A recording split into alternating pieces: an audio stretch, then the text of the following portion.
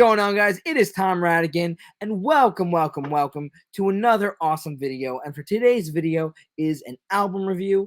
And what album are we reviewing? And that is Creedence Clearwater Revival's Bayou Country, right here.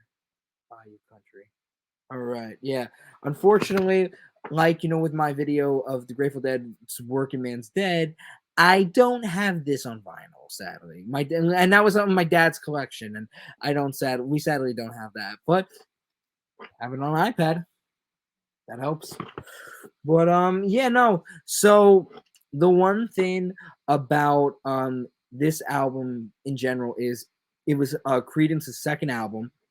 Their first album was released in 1968, and this album was the first of the three albums that were released in 1969. It was released on January 5th of that year, and it was a real album that kind of got more of an impact and made them, become more, established to the public.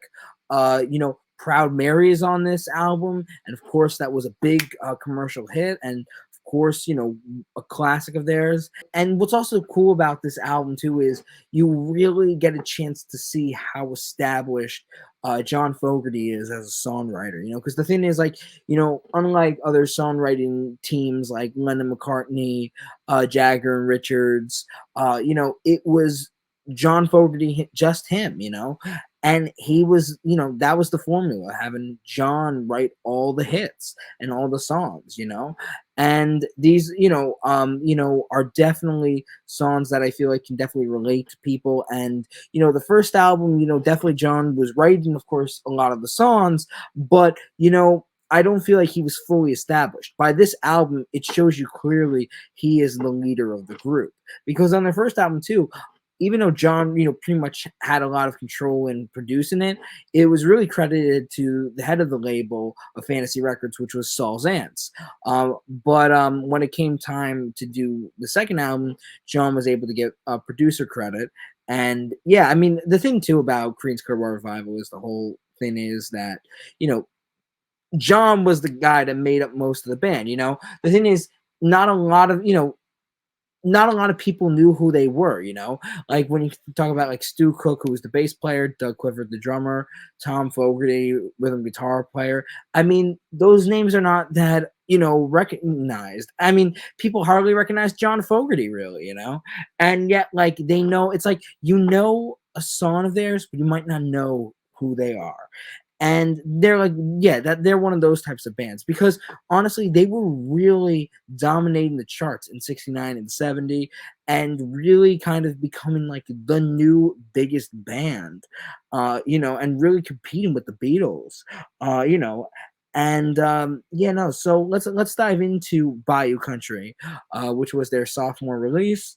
And of course, the first track, it should be no shock to you or surprise when I say what the song is, and that is Born on the Bayou. The opening, of course, the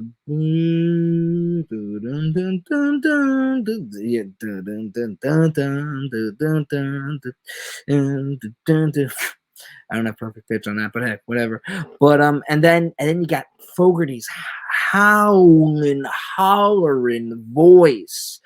Oh my God, the way he sings it, like lines like, I can't remember, I can remember the 4th of July running through the backward bin, and I could still hear those hound dogs barking.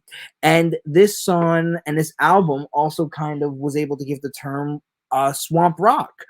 Swamp rock really is a cool feel. And what's so interestingly pointed out about Creedence is that a lot of their music, focuses on the deep South, yet these guys were from California, and they were able to really capture that swamp sound in there, and the rhythm and blues sound in this album, and really like that, older type music with stuff like Robert Johnson, Lead Belly, a lot of influences like that. And Born on the Bayou, of course, is just, Well, yeah, it's a CCR classic, of course. You know, like I've always loved that song, and it's like one of those songs that like I haven't heard in a while, and then I gotta listen to it again and just remember how great of a song it is. It's one of those songs, you know, like you haven't heard in a while, then you come back to it, and then you know it's like, oh, this is great, you know, and yeah, and I think you know, it definitely it's always an intro whenever they played it live too. It's always the first song you play. I feel like weird if I heard it on an album and it wasn't the first track. Like for instance, when they had the compilation album Chronicle Volume 2, um, they had it as the third track, and it's so weird to hear Born on the Bayou not being the first track. But you know, hey, is what it is. And then of course, the second track is Bootleg, and yeah, I mean that's like not like you know, of course, a big hit from Creedence, but you know, I think it's definitely a song that I've always enjoyed. You know, and yeah, that's the thing too. Like you know, a lot of the underrated songs are also very phenomenal. Like Bootleg itself too is just like with the beat, you know, John's voice, you know, he's not doing as much, you know, like hollering with or you know, putting that much rasp into his voice, but you know, just sitting really like, you know, just regularly, like you know, he's just sitting, you know, like regular. He's got a little bit of a lower vocal style in it, and the guitar works too, you know, nothing too fancy, but you know, just keeps it at a good, you know, pace, you know. And then the third track we've got, which I actually love this song. It's a Graveyard Train. And yeah, when I talk about like the R&B blues stuff, that's a real, you know, blues type song. Like even with like the opening guitar riff, the drums coming in, you know, I do have to address too. Like a lot of people always say that you know Creedence was you know not that good of a band besides like John Fogerty. John Fogerty was a real talent, and the other guys were just you know not that good. But when you hear like Doug Clifford's drumming on a song like this, it really does add a good feel to it. And you know, John's voice, of course, is what makes this song with the bluesy style, you know, and just it's a really like dark song too, and the melody adds to that as well. You know, like on the highway for the people lost their life. Yeah, and the harmonica too, as an instrument, is used heavily on this album too, especially in this song. And another song which we will get to in a few minutes. And then yeah, and okay, so then coming out the next track, I gotta admit, this is really one of my pet peeves and real issues with this album is that you know it's altogether it's very short. It's only got 7 songs, but one of the 7 songs is a cover, and that is Little Richard's "Good Golly Miss Molly." And I'm not saying it's a bad cover. I just don't think it has any place on this album. It does not fit. This album works so much better if it just has like original material on it. This whole theme is kind of like a concept album in some ways of talking about the bayou, and putting a mainstream rock song from 1958 I think just doesn't work. And as much as I love Little Richard's "Good Golly Miss Molly," it's just you know something that I just think it could just have been scrapped off, you know. Like and I get it that you know when it comes to records there's like you know an obligation of certain songs, and I guess you know instead of writing another song or adding another original, they're like, why don't we just do a cover? I have this critique on like a few of their other albums, but yeah, this like I just don't think this cover works for this type of album, really, honestly. And maybe I'm the only one, and maybe I'm not. I don't know. But a song that really is underrated, I think, is Penthouse Pauper.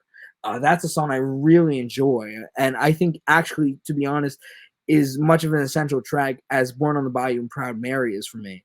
You know, and maybe I like it more than Bootleg, honestly. But you know, the blues on it. The guitar is like all over the place. John's voice and guitar just dominates this whole song. And like how John will sing, and then the guitar goes, and then John sings, and then goes back to John. John guitar, all of that. Oh God, yeah, definitely a good one. And then coming to number 6, we got Proud Mary, and of course a main hit from them. Backing vocals were actually done by John. That's another thing that's interesting about John too, is even though there were other musicians in the band, Stu Cook, Tom Fogerty, Doug Clifford, they only contributed one aspect, and that was their instruments. Stu Cook's bass, Doug Clifford's drumming, Tom Fogerty's rhythm guitar. But John added so much. He wasn't only the lead guitarist, he was the lead singer, he was the main songwriter, the producer, even the manager, but also in this case too, also provided the backing vocals, because what was reported was that he didn't like how the backing vocal sounded on the first track with the other guys. And John has also said, and maybe this is John's way of kind of trying to make himself look like the good guy, or give himself really like he didn't do anything wrong, but he really saw himself as the only guy for this job, that was the only guy that can get it done. That was in his mind, and he said, maybe I was wrong, but maybe I don't know if he was wrong. I mean, it came out with some good hits. I mean, of course, it adds immunity in the band when you run it like a dictatorship and you take full control. I mean, there is going to be some consequences, but I mean, John, in some ways, I feel like could have really carried the whole band alone. I mean, he's just such a talented musician. He could have played any instrument, honestly, and just been a one-man band, to tell you the truth, in some ways, when you look at some of his later stuff as well. Because when he went solo, I mean, he was doing all the instruments himself. But but Proud Mary, not just like I said, not just Fogerty does the backing vocals on this, but Fogerty's lyrics and voice just adds such a cool type of factor into what the story of the song is. Left a good job in the city, working for the man every night and day, just really focusing on working class. The